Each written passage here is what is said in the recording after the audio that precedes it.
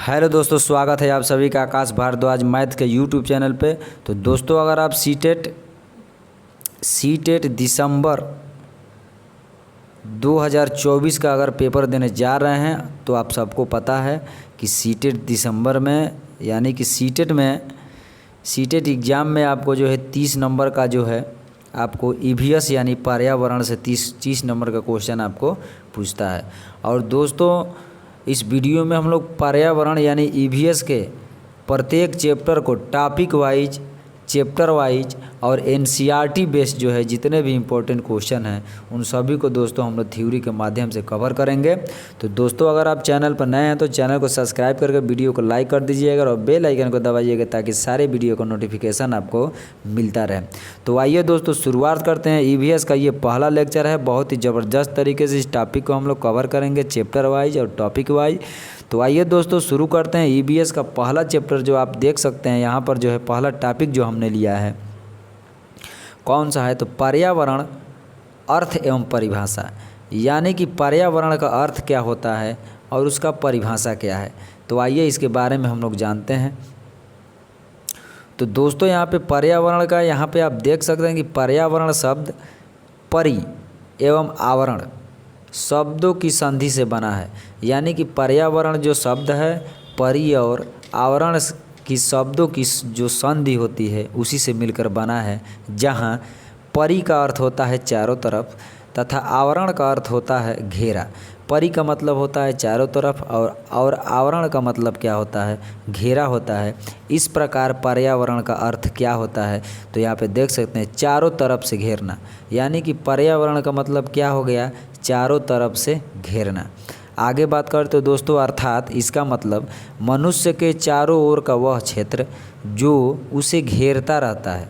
यानी कि मनुष्य के यानी हम लोग जितने भी हम लोग प्राणी हैं, मनुष्य हैं, हम लोग को चारों तरफ का ऐसा क्षेत्र जो हम लोगों को क्या हुआ है, चारों तरफ से घेरा हुआ है एवं उसके जीवन तथा क्रियाओं को प्रत्यक्ष या अप्रत्यक्ष रूप से संभावित करता है यानी प्रभावित करता है, पर्यावरण कहलाता है। तो पर्यावरण का मतलब कि पर्यावरण का अर्थ ही क्या हो जाता है दोस्तों, चारों तरफ से घेरना। यानी कि हमारे चारों तरफ का ऐसा क्षेत्र जो हमको चारों तरफ से घेरा हुआ है और इनकी जीवन और हमारे जीवन में जितने भी क्रियाकलाप हैं उनको प्रत्यक्ष या अप्रत्यक्ष रूप से क्या करता है, प्रभावित करता है। तो इसी को हम लोग क्या कहेंगे मित्रों, तो पर्यावरण कहेंगे। तो उम्मीद है कि आपको ये जो है पर्यावरण का अर्थ जो है आपको क्लियर हो गया होगा। चलिए आइए आगे की तरफ हम लोग बढ़ेंगे, बहुत ही अच्छे तरीके से आगे की तरफ बढ़ेंगे। तो दोस्तों, यहाँ पे जब आगे हम लोग बढ़ते हैं तो यहाँ पे आप देख सकते हैं कि पर्यावरण के अंग्रेजी पर्याय, यानी कि पर्यावरण को अंग्रेजी में क्या बोलते हैं, तो इन्वायरमेंट बोलते हैं। क्या बोलते हैं, इन्वायरमेंट बोलते हैं। और दोस्तों, यहाँ पर जो है की उत्पत्ति फ्रेंच शब्द एनवायरोनेर से हुई है। यानी कि इन पर्यावरण की जो उत्पत्ति हुई है अंग्रेजी के पर्याय यानी इन्वायरमेंट, और इसकी उत्पत्ति फ्रेंच शब्द जो है एनवायरोनेर से हुई है। अगर आगे बात करें, जिसका अर्थ होता है पड़ोस, यानी कि इन्वायरोनेर का अर्थ को क्या हो जाएगा, तो पड़ोस हो जाएगा।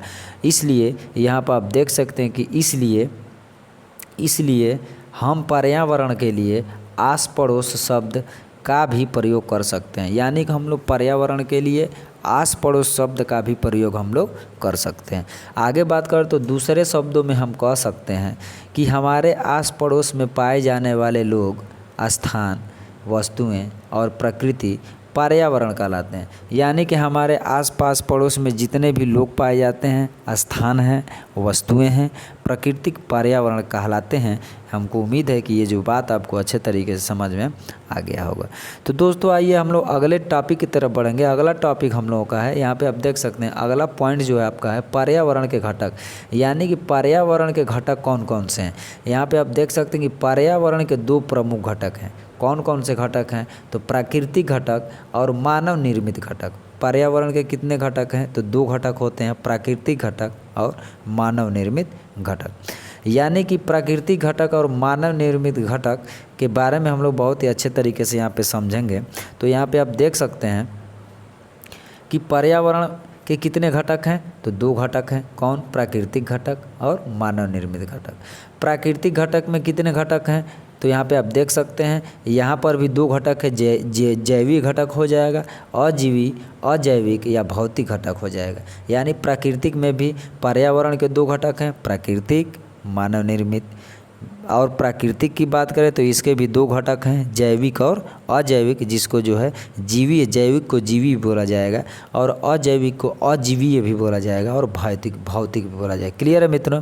तो दोस्तों जैविक घटक में सजीव प्राणियों का संसार, जैसे जंतु एवं पादप।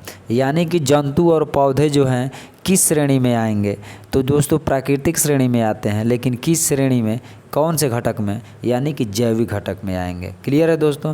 अगर हम अजैविक घटक की बात करें तो निर्जीव पदार्थों का संसार, अजैविक घटक में जिसमें जीव ही न हो, जैसे यहाँ पर आप देख सकते हैं यानी कि निर्जीव पदार्थों का संसार, जैसे स्थल हो गया, ज़मीन हो गया, जल हो गया, पानी हो गया, वायु हो गया, हवा हो गया। अगर मानव निर्मित की बात करें तो दोस्तों मानव निर्मित में आप देख सकते हैं इमारतें, यानी कि जो घर बनाए जाते हैं वो मानव निर्मित घर हैं। यानी कि ये कौन से श्रेणी में आएंगे, मानव निर्मित घटक में आ जाएंगे। उद्योग हो गया, सड़क हो गया, पुल हो गया, पार्क हो गया, ये सारे चीज़ जो है मित्रों आपके जो है मानव निर्मित घटक के रूप में आएंगे। क्लियर है दोस्तों? अगर आगे बात करें तो अजैविक घटक में यहाँ पे आप देख सकते हैं और भी चीज़ें हैं। यहाँ पे प्रकाश हो गया, मृदा एवं ताप हो गया, मिट्टी हो गया और तापमान हो गया। ये सभी घटक जो है किस में आएंगे, तो भौतिक घटक में आएंगे। उम्मीद है कि आप लोगों को जो है ये जो पॉइंट जो बताया जा रहा है समझ में आ रहा होगा। क्लियर दोस्तों? चलिए अब हम लोग बढ़ेंगे अगले पॉइंट की तरफ, और अगला पॉइंट हम लोगों का है पर्यावरण का क्षेत्र। यानी पर्यावरण के कौन कौन से क्षेत्र हैं, आइए अब हम लोग उसके बारे में जानेंगे। तो पर्यावरण के क्षेत्र के बारे में अगर हम बात करें तो पर्यावरण को निम्नलिखित 4 क्षेत्रों में विभाजित किया गया है। कितने क्षेत्रों में मित्रों? तो 4 क्षेत्रों में जो है पर्यावरण को विभाजित किया गया है। कौन कौन से क्षेत्र हैं, तो देख सकते हैं पहला नंबर आपका स्थल मंडल है, यानी कि ज़मीन का जो भी भाग है। उसके बाद दूसरे नंबर पर बात करें तो दोस्तों आपका जल मंडल हो जाता है, यानी कि जहाँ पे ऐसा मंडल जहाँ पे जल पाया जाता है।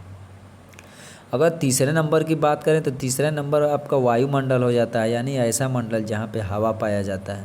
अगर चौथे नंबर की बात करें तो मित्रों यहाँ पे चौथा मंडल आपका जैव मंडल हो जाता है।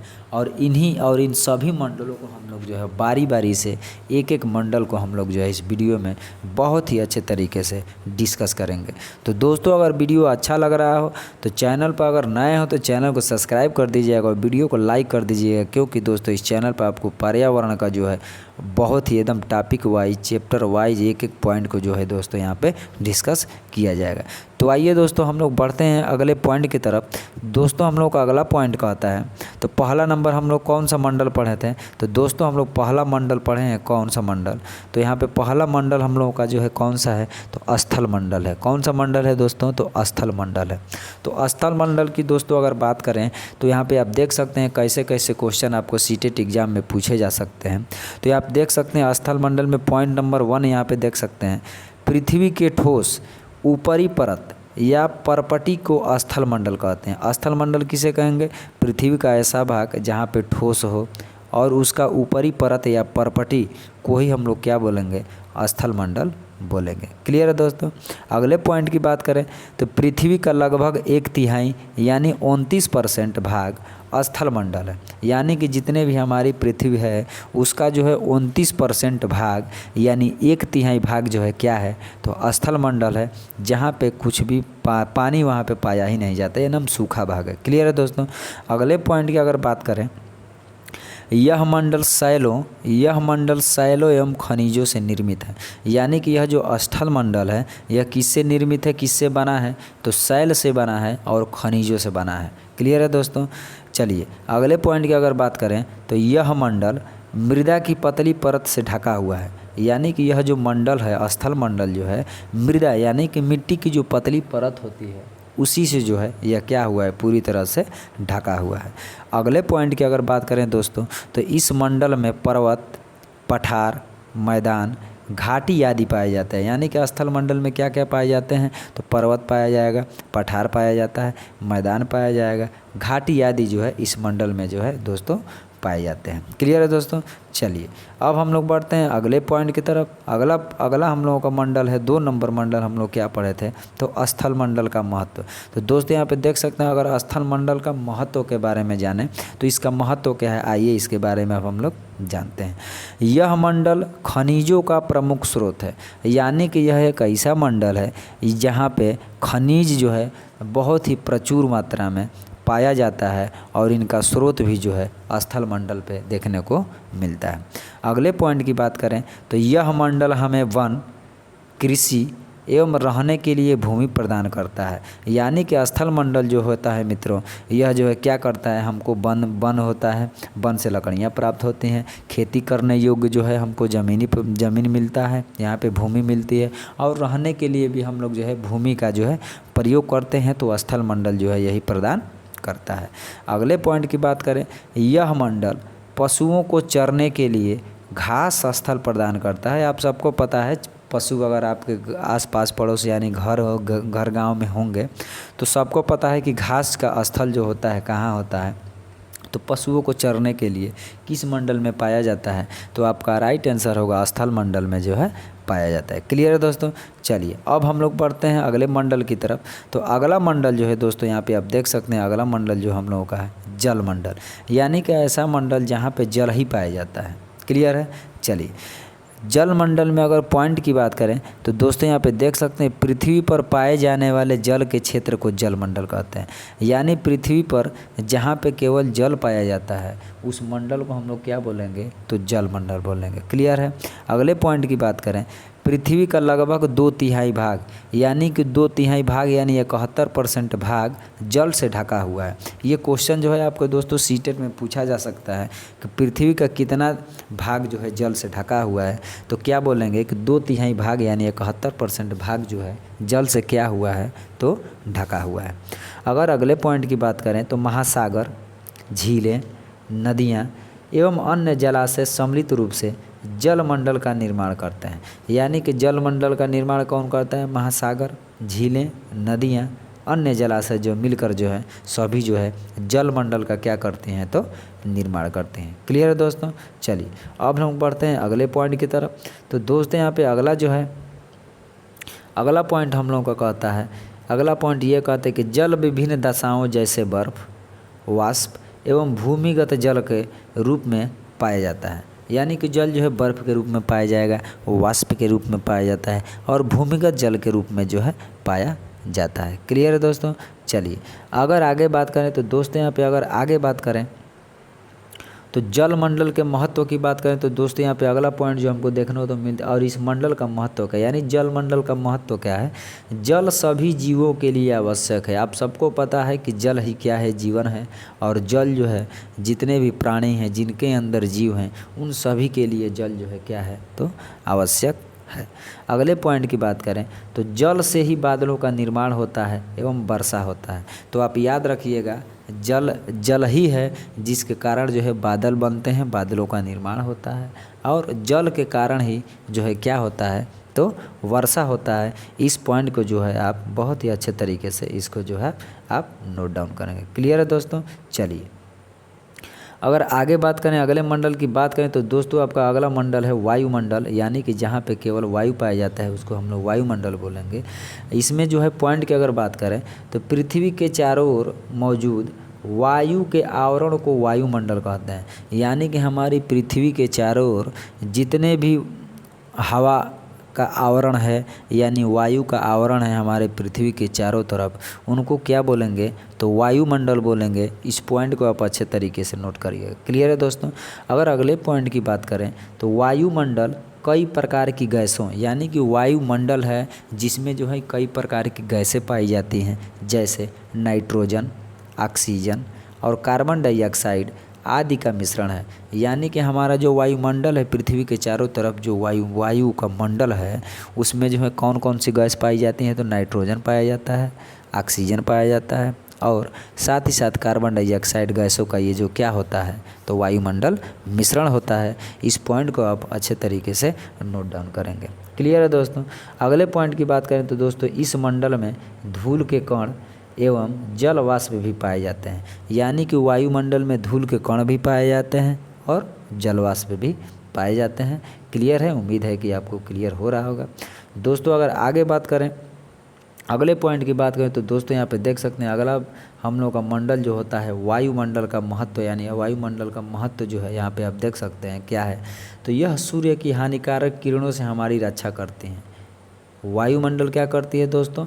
वायुमंडल का महत्व क्या है हमारे जीवन में कि तो यह जो है सूर्य की हानिकारक किरणों से हमारी क्या करती हैं, तो रक्षा करती हैं। इस पॉइंट को आप अच्छे तरीके से नोट करेंगे। क्लियर है दोस्तों? चलिए अगले पॉइंट की तरफ हम लोग बढ़ेंगे। तो दोस्तों हम लोग का अगला पॉइंट जो है, चलिए दोस्तों अब हम लोग अगले पॉइंट की बात करेंगे। तो अगला पॉइंट कहता है कि यह जो है यह मौसम एवं जलवायु में परिवर्तन लाता है। यानी कि जो वायुमंडल जो है क्या करता है, मौसम और जलवायु में क्या कर देता है, तो परिवर्तन ला देता है। यह रेडियो संचार में मदद करता है। यानी कि यह रेडियो संचार में जो है, यानी कि रेडियो संचार का मतलब कि रेडियो यानी टेलीविज़न जो है, इनके संचार में यानी कि एक जगह से दूसरे जगह पहुंचाने में जो है वायुमंडल जो है क्या करता है, तो मदद करता है। क्लियर है दोस्तों? चलिए दोस्तों अगर अगले पॉइंट की बात करें तो अगला मंडल जो है हम लोग का आ जाता है क्या, तो अगला मंडल हम लोगों का और अंतिम मंडल है क्या है, तो जैवमंडल है, जहाँ पे जीव पाए जाते हैं। तो यह जो है यहाँ पर जो है जैवमंडल के बारे में हम लोग अच्छे तरीके से समझेंगे। तो यहाँ पे आप देख सकते हैं,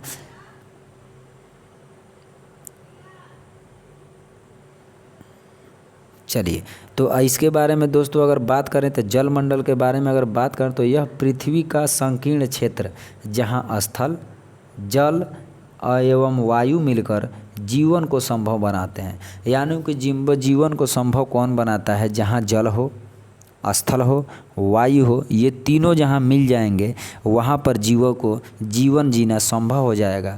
और इसी को हम लोग क्या बोलेंगे दोस्तों? जल मंडल यही कहलाता है। यानी कि जल मंडल ऐसे मंडल को बोलेंगे जहाँ पे स्थल, जल और वायु मिलकर जीवन को क्या बना दे, संभव बना दें। उसी को हम लोग कौन सा मंडल बोलेंगे? तो जैवमंडल बोलेंगे। क्लियर है?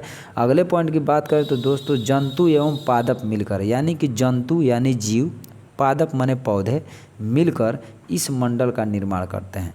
यानी कि जैवमंडल का दोस्तों निर्माण कौन करता है? तो जैवमंडल का निर्माण जो है जंतु और पादप यानी जीव, जानवर और पौधे मिलकर जो है इस मंडल का क्या करते हैं, तो निर्माण करते हैं। क्लियर है दोस्तों? अगर जैवमंडल के महत्व की बात करें तो जैवमंडल का महत्व हमारे लाइफ में क्या महत्व है, तो देख सकते हैं कि यह जीवन के लिए, जैवमंडल का महत्व यह जीवन के लिए अनुकूल परिस्थितियां प्रदान करता है।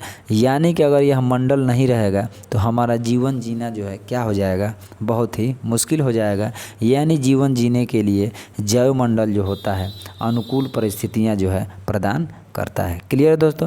तो दोस्तों अगले वीडियो में यानी नेक्स्ट वीडियो में हम लोग जो पढ़ेंगे पारिस्थितिकी तंत्र या पारितंत्र, यानी कि इस पॉइंट को जो है थ्योरी के माध्यम से बहुत ही अच्छे तरीके से एक एक पॉइंट को डिस्कस किया जाएगा।